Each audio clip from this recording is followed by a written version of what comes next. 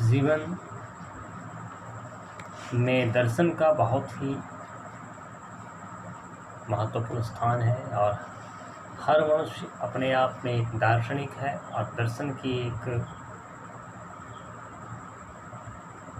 अद्भुत विद्या है। दर्शन की एक अद्भुत शाखा है धर्म दर्शन, कि हम सभी कहीं न कहीं किसी न किसी रूप में धर्म से जुड़े हुए हैं। और ऐसे ही एक दार्शनिक हुए हैं, धर्म दार्शनिक हुए हैं पॉल तिलिक। वो कहते हैं कि two types of philosophy of religions, कि दर्शन जो धर्म दर्शन है वो दो प्रकार के हैं। प्रसिद्ध धर्मशास्त्री, ये बहुत प्रसिद्ध हैं, और प्रसिद्ध धर्मशास्त्री पॉल तिलिक ने धर्म दर्शन की मूल समस्याओं का विवेचन करते हुए इसका प्रमुख विषय ईश्वर संबंधी विवेचन को माना है। कहते हैं कि दर्शन का और उसमें भी धर्म दर्शन का जो मूल विषय है वो ईश्वर का विवेचन है, क्योंकि धर्म दर्शन का मूल विषय ईश्वर विषयक चिंतन ही है। ईश्वर की अवधारणा का विचार करते समय पॉल तिलिक ने दो प्रकार से चिंतन की बात की है। प्रथम, मनुष्य ईश्वर के साथ अपनी दूरी को समाप्त करना चाहता है, वो ईश्वर के नज़दीक जाना चाहता है। और दूसरा, मनुष्य के लिए ईश्वर एक अपरिचित सत्ता है, वह उसके साथ परिचित होना चाहता है। पहली दृष्टि से यानी ये जो है कहता है मनुष्य ईश्वर के साथ अपनी दूरी को समाप्त करना चाहता है। अगर इस दृष्टि को देखें तो इस दृष्टि से मनुष्य ईश्वर को खोजते हुए आत्म खोज करता है, अपनी खोज करता है। अर्थात मनुष्य अपनी सत्ता का अनुभव एक पारमार्थिक तत्व के साथ करता है। और दूसरी दृष्टि से जहाँ कहता है कि मनुष्य के लिए ईश्वर एक अपरिचित सत्ता है और वह उसके साथ परिचित होना चाहता है, ये दृष्टि देखें तो इस दृष्टि से मनुष्य ईश्वर के साथ संबंध जोड़ने के रूप में किसी अपरिचित तत्व के साथ मिलता है, जिसको वह नहीं जानता है उसके साथ मिलता है। और ईश्वर और मनुष्य का यह संबंध आकस्मिक है। ये जो दूसरा दृष्टिकोण है कि ईश्वर उसके लिए अपरिचित है, वो ईश्वर को नहीं जानता है और उसको जानना चाहता है, उसके साथ परिचित होना चाहता है, ये जो दृष्टिकोण है ये ईश्वर की संभावित कल्पना का दृष्टिकोण है। पॉल तिलिक ने इन दोनों संदर्भों में मनुष्य के प्रयास का विश्लेषण करते हुए कहा कि धर्म दर्शन के दो प्रकार हैं, और इन्होंने धर्म दर्शन के दोनों प्रकारों का उल्लेख किया है, जिनमें पहला प्रकार है तात्विक धर्म दर्शन और दूसरा सृष्टि मूलक धर्म दर्शन। यानी धर्म दर्शन के दो प्रकार हैं, तात्विक धर्म दर्शन और सृष्टि मूलक धर्म दर्शन। और इन दोनों धर्म दर्शनों का सम्यक रूप से विवेचन करते हुए अपने लेख में पॉल तिलिक ने तीन बातों को जानने का प्रयास किया। पहला है कि धर्म दर्शन का मूल आधार तात्विक विधि है। अब तात्विक आधार से रहित सृष्टि मूलक विधि दर्शन तथा धर्म के मध्य अंतर विरोध पैदा करता है। ये दूसरी बात है कि तात्विक आधार से रहित सृष्टि मूलक विधि दर्शन तथा धर्म के मध्य अंतर विरोध पैदा करता है। और तीसरी बात है कि तिलिक ने तात्विक तथा सृष्टि मूलक विधियों को समन्वित कर धर्म तथा धर्म निरपेक्ष संस्कृतियों के बीच समन्वय स्थापित करने का प्रयास किया, मिलाया, सबको मिलाने का प्रयास किया। और उनका ये प्रयास जो है वो 13वीं शताब्दी में प्रचलित धर्म दर्शन के संदर्भ में देखा जाना चाहिए। उस समय जो धर्म दर्शन प्रचलित था उसके संदर्भ में देखना चाहिए कि उन्होंने क्या प्रयास किया।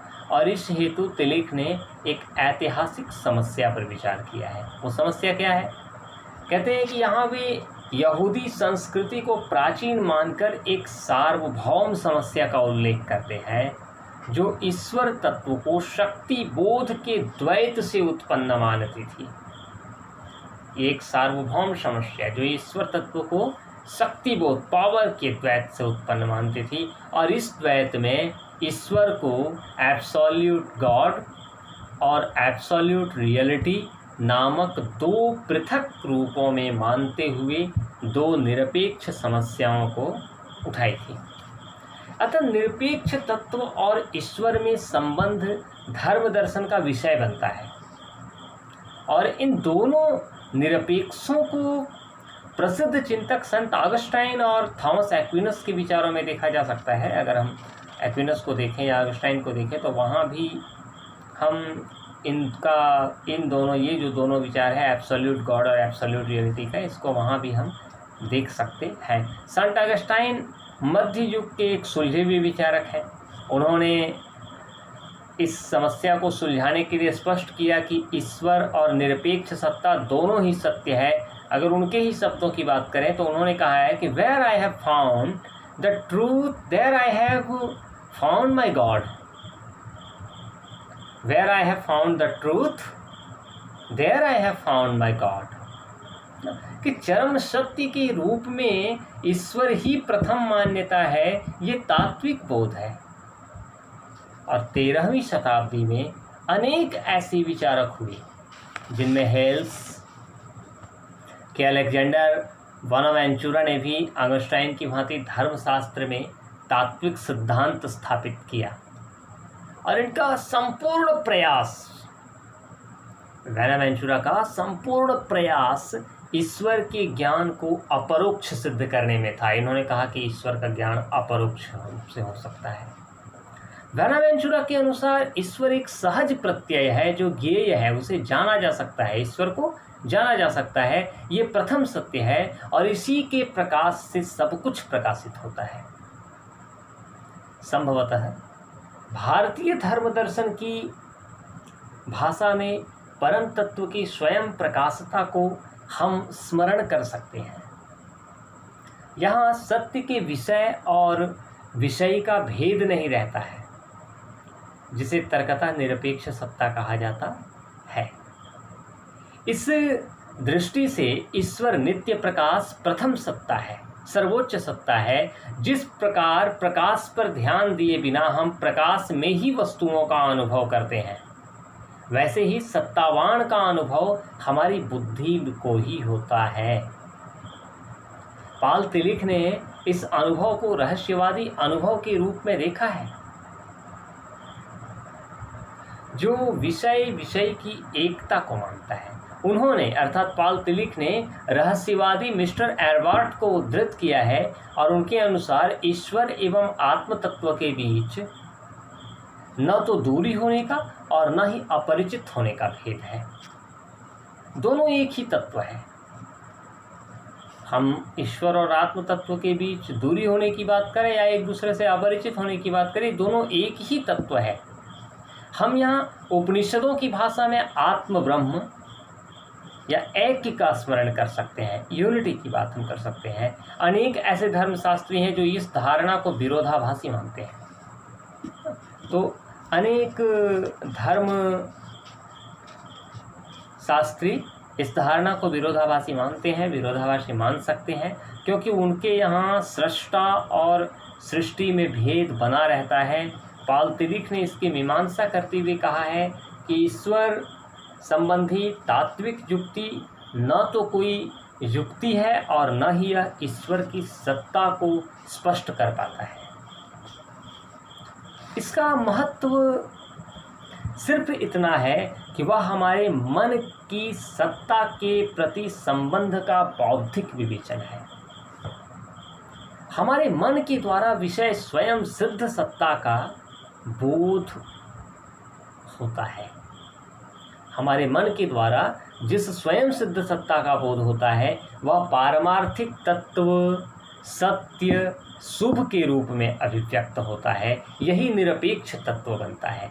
ऐसी सत्ता ज्ञान क्रिया और ज्ञान वस्तु भेद से रहित होती है। इस निरपेक्ष सत्ता में निरपेक्ष निश्चितता है।